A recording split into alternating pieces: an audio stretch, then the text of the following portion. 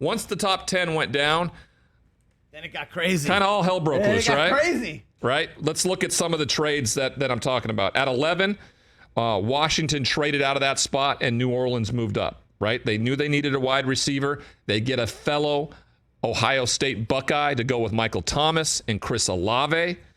Then you followed up with 12, where the Detroit Lions move up with Minnesota inside the division, right? And grab moved up from 32. Yeah, big move. Big move. And I think if you heard Daniel Jeremiah last night on the show, he really thought a move like that kind of aggressive move, they were going after a quarterback. That's what I thought, yeah.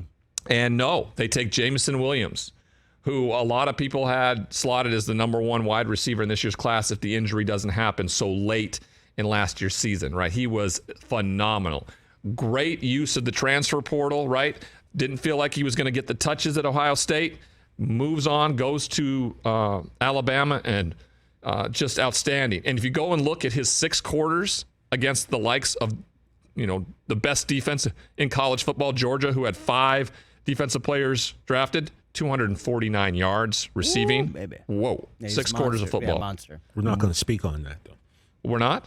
Nah, did you hear his interview after the draft with Melissa Stark? She asked him a question about the injury. He's like, we're not going to speak on that. No disclosures. He's learning really quickly about the NFL, right? Yeah, exactly. And he also had Nick Saban as his head coach in his final year of college, so he understands what to say, how to say it. He's like, nope. Yep, nope.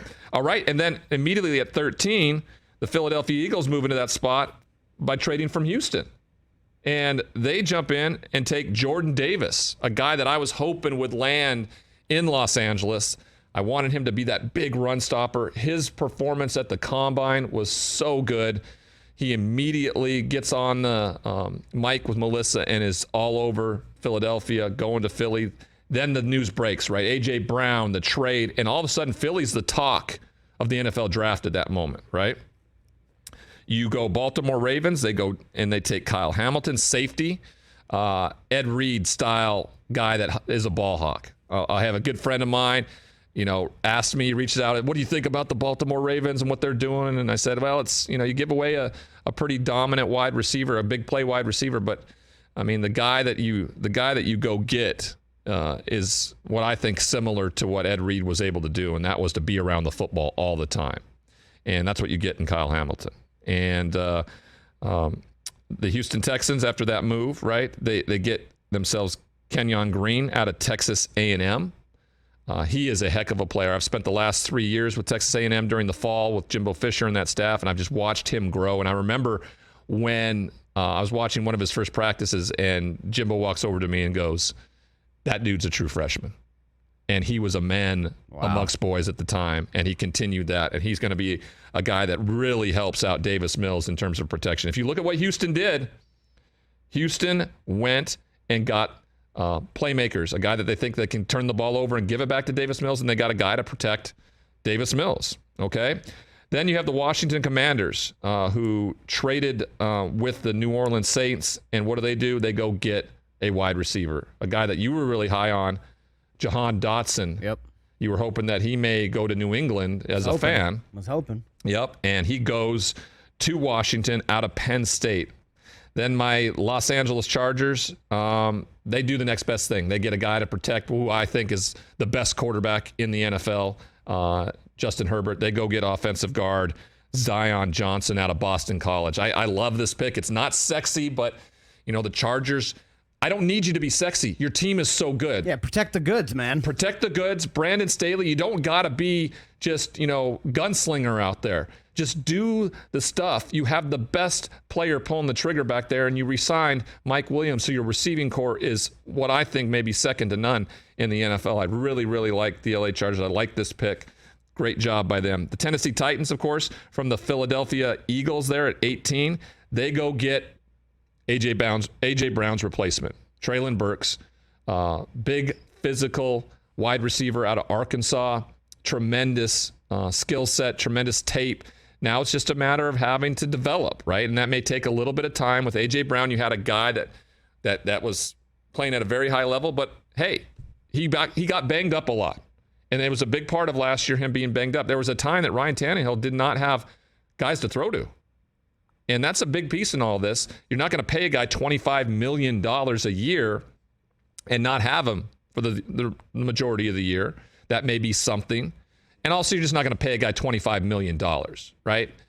I said it over and over again. Don't break the bank for a wide receiver. Go find one in the draft, especially one with a fifth-year option. Develop him. Make him go. It's probably not going to please Ryan Tannehill right away, but this is where we're at. I like the pick. I like their decision. Tennessee Titans really have a chance with Derrick Henry back and the defense the way they're playing. Justin Simmons back. They're going to be a force once again. Okay. At 19, the New Orleans Saints, right? They take Trevor Penning, the offensive tackle out of Northern Iowa. So now they have that tackle, that beast, that guy that just gets down in the muck to protect Jameis Winston and allow Jameis to develop another year. I mean, this is a opportunity for Jameis to have a rebirth.